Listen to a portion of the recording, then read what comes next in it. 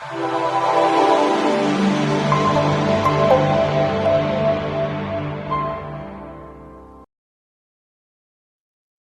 everybody, this is Rob Keynes from 𝙂𝙊𝙀𝙊𝙎.com. It is Friday, February 4th, 2022, and this is your breaking news segment of the day, which I promised you guys in the live stream earlier this week.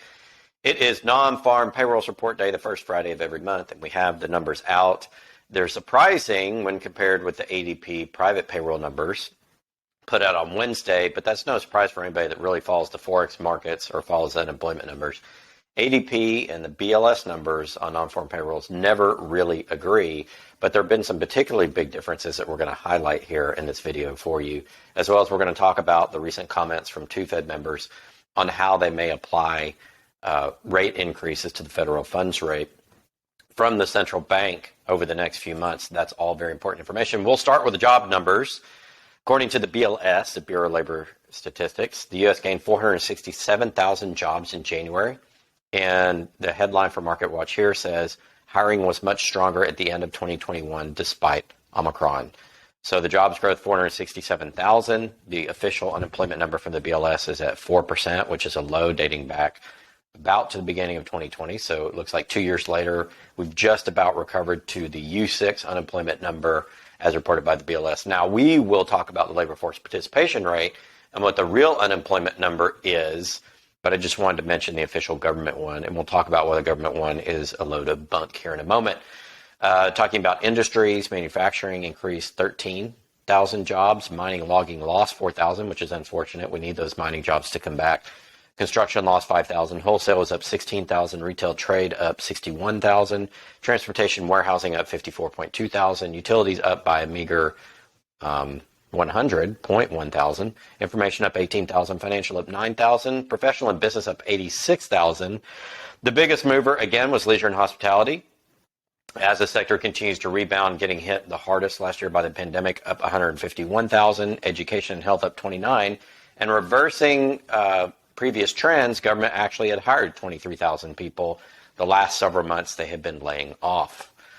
The unemployment rate rose to 4% from 3.9%. The government said Friday, even with all those jobs, basically the same thing, but tracking all the way back to the beginning of 2020 is a pretty good number from there.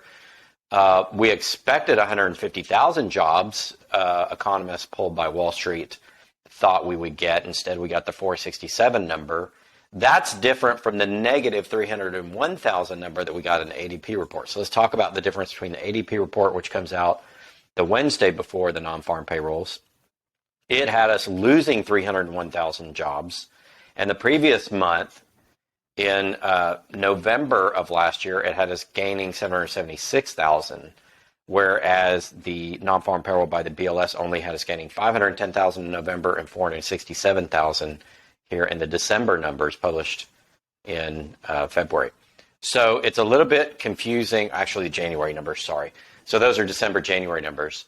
So they're off quite a bit. ADP had a much bigger gain in December and a much bigger loss in January, whereas the non-farm payrolls by the BLS, the government report, had fairly steady numbers, 510,000 in December, 467,000 positive in January. As to which one's right, well, they use different methodologies. I tend to think the ADP one sometimes is more realistic, but I also think the ADP methodology is also subject to informational flaws, which cause them to misstate the numbers quite a bit. Now, to be fair, both ADP and the BLS will revise those numbers due to seasonality and other factors as they figure out what the real number should be. None of these numbers are actually 100% accurate. They may only be 2/3 accurate either way.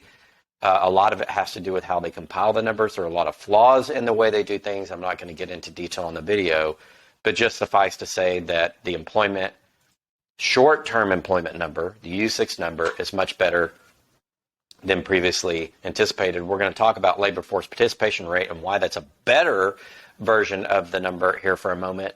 According to the BLS, they put out labor force participation, which dating back to 2002 was at over 66%.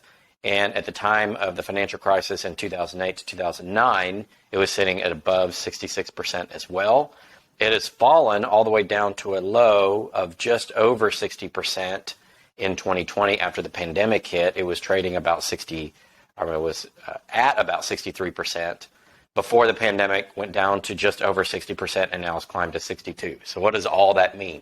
The labor force participation rate is the actual number of employed versus unemployed in the United States. So for example, it goes on a percentage basis. It looks at all people that could be employed, that are willing to be employed and could be gainfully employed as adults in the workforce versus how many actually are.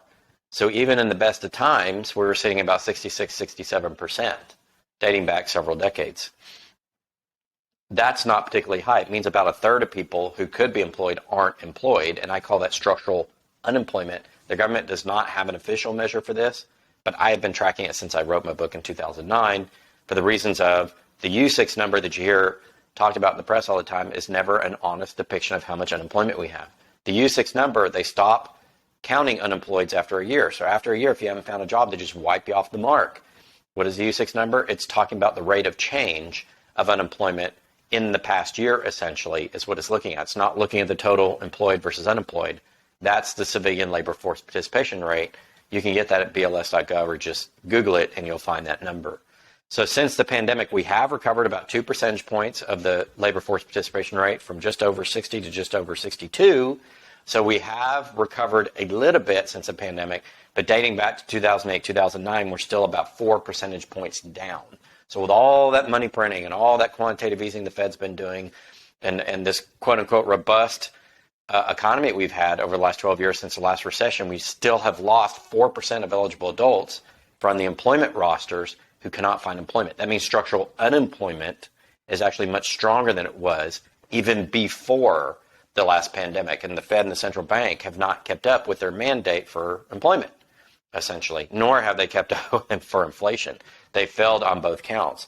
But when you look at the labor force participation rate, it tells the real story. We're not recovered. So even though we did gain 467,000 jobs, according to the BLS, this past month and 510,000 the last month, we're nowhere near where we were before the last recession. We have not recovered, and we've not recovered to where we were before the COVID situation and all the shutdowns in the U.S. Moving on now to rate hikes. The Fed's daily. This is President Mary Daly of the San Francisco Fed, said on Monday, they're not behind the curve. They're not trying to combat some vicious wage price spiral, she said during a virtual conversation organized by Reuters. Instead, the Fed is going to try to wean the economy off extraordinary support put in place during the coronavirus pandemic. She says you have to be data dependent, but you also have to be gradual and not disruptive. So they're talking about maybe doing the first rate hike in March. I'm not doing it now, but maybe the first in March. And it was caveated by that's if the data stays where it is. In other words, we don't have a recession or we don't have a pullback. She says, I do see rate increases in our future as early as March if the data cooperate. So they're leaving themselves an out. Even though the Fed has said they're going to raise rates and pull back on their asset purchases, they're leaving themselves an out, saying if the data doesn't comply, if they start to see deflationary pressures, they could ease off that stance. And I said they would do this as far back as December. I told you that they could totally back out of this program after telling the market what they're going to do because, one, I think they've lost control, and two, I think they realize they don't control it. So they can talk about raising rates and tapering and running assets off the balance sheet with the caveat that if things change, they're not going to. That's the admission that they don't control it. Because if they did control it, if their policies actually controlled inflation and controlled the economy like they purport that they do, then they wouldn't have to make basically back doors for them to get out of their policies. In December, none of the 18 senior Fed officials penciled in a path of rate hikes that would take the policy rate above neutral, which is estimated at 2.5%.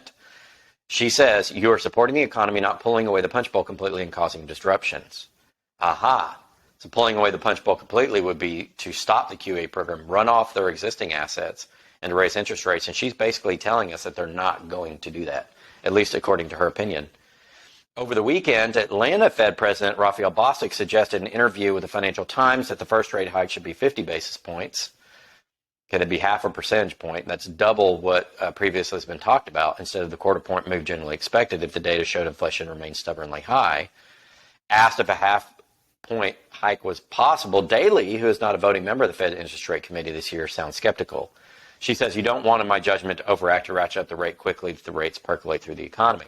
It bridles more than we think. So she's not a voter on this, but it sounds as though there's dissension among the Fed ranks as to what to do. It's important because I think it shows that the Fed really doesn't know what's going to happen. And they're basically trying to put this out in the market to see how the market reacts and get that perfect sort of response before they do anything. So it shows that the market actually controls things, not the Fed, and the Fed knows this. That's why they're jawboning now, trying to figure it out. And another piece of information, Fed's George calls for a sharp reduction in size of the $8.9 trillion government balance sheet. The chief of the Kansas City Federal Reserve on Monday said the U.S. Central Bank should raise interest rates soon and pursue a big reduction in its nearly $9 trillion stockpile of bonds. Esther George said the economy is fundamentally sound and should expand at a healthy pace in 2022. In light of steady growth and soaring inflation, she says it's time for the Fed to jettison easy money policies adopted early in the pandemic. So she's more along the lines of Powell in thinking they should be more aggressive with tapering and also running off the balance sheet, was actually selling bonds, not reducing asset purchase, but actually selling the assets and raising interest rates higher. She says, with inflation running close at 40-year high, considerable momentum in demand growth and abundant signs and reports of labor market tightness, the current very accommodative stance of monetary policy is out of sync with the economic outlook. George is a voting member of this year's Fed's strategy-making panel known as the Federal Open Market Committee. The Fed last week indicated it's likely to raise its benchmark short-term interest rate in March, barring any new major developments in the economy, but senior officials say the path forward is still somewhat uncertain. So again, you see disagreements between the different people on how they would want to handle it, how they would address tapering and running off the balance sheet and raising interest rates, and an understanding that they really have to wait for the market to respond. The market controls things, not them. And it's very interesting to note that they know that they really don't have control and they have to work with the market to actually implement policy, and that they're disagreeing over policy because each person reads the data a different way. And I also want to point out the data they have is not great. That last comment by George basically was saying, well, we have great unemployment numbers. Well, you don't, because as I just highlighted earlier, the labor force participation rate shows we have more unemployeds over willingly to be employed people in the economy than we have dating back 12 years. But that's the labor force participation rate. They don't follow that. They follow only the U6, which is more of a rate of change for the last year. It's only talking about the last year's worth of data. Because if you've been unemployed longer than a year, the BLS runs you off the U6 number. So you don't know that when discussing the typical unemployment rate that people talk about. So that 4% number, it's not real. Our actual unemployment rate is 39% right now. Now, how many of those are affected by government doles? If you took away the government doles, would all 39% of those be forced to work? Probably. So a lot of this has to do with the government doles, the government giveaways, the food stamps, things like that, supporting structural unemployment, in which we'll never get back to full, anywhere near 90 or 100% employment. I don't think any time in the current life cycle of the dollar. Dollar's going to have to collapse, and we're going to have to reset all the systems for that to occur. But it just goes to show that the Fed members don't really follow the real data, and they disagree about the data they have. And so the path forward in 2022 is not clear in terms of interest rate hikes by the central bank of the United States for the world reserve currency, the dollar. And we don't know what they're going to do as far as tapering their asset purchases and even reversing it and selling off their balance sheet, their $8.6 trillion that they have. So we'll have to see what happens, but a lot of uncertainty for 2022 and all sorts of caveats by the Fed that depending upon what the economy does, they could adjust, meaning they are behind the eight ball and the market actually determines things. That's their admission, and they say the opposite. This has been the report for today, guys. Hope you enjoyed it. We'll do more breaking news segments as they're warranted as we look at economic data. I've been tracking several other economic factors. I'm waiting for trends to develop. As those trends develop, I will report to them on the channel. Till next time, stay tuned to Gold, Silver Pros. We will have a premiere out tonight. I think you guys will like it. Andy Schechtman will be on the program talking about inflation, interest rates, gold and silver, and premiums on gold and silver. We talk about the current premiums on the bullion if you're a retail buyer. Stay tuned tonight for that on the program. Till next time, this is Rob Keens with GoldSilverPros.com. Hey everybody, this is Robert. Thank you so much for watching that video content. I have a couple of quick announcements I'd like to share with you as we head out of this video. Also wanted to remind you, you can find us on goldsilverpros.com. We have a free newsletter. If you click here and enter your email address, we'll send that out every Monday to you, as well as we have special precious metals deals with leading bullion dealers here in the United States. If you click that button, you can go here and click on either Miles Franklin or ARC Silver and get the best deals in the business. Once again, thank you guys so much for joining us on the channel. Until next time, this has been Gold Silver Pros.